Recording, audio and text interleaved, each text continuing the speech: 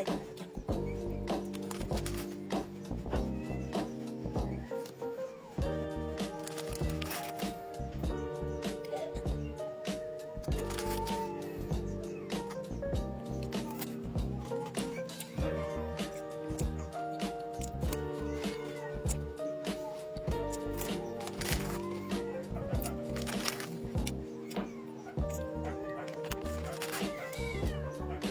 Kumapaw siya.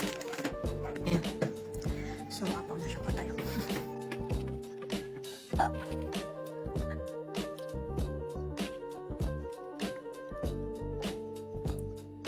So, try natin yung nilagay ko sa freezer na yogurt with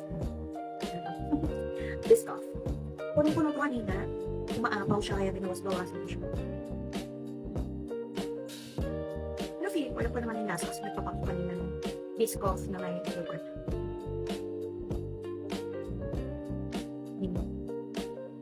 Sarap ng Biscoff. Diba?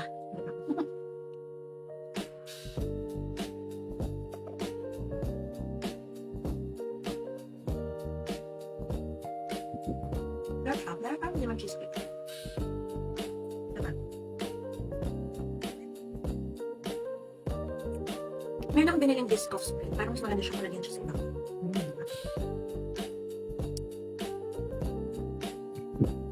Sarap ng Biscoff tayo.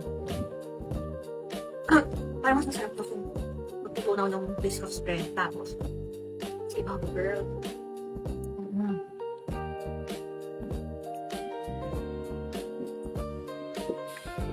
Parang nagdagan ng Biscoff. Parang kulang. 4 lang kasi nilagay. And 1, 2, 3. Tayo nalagay.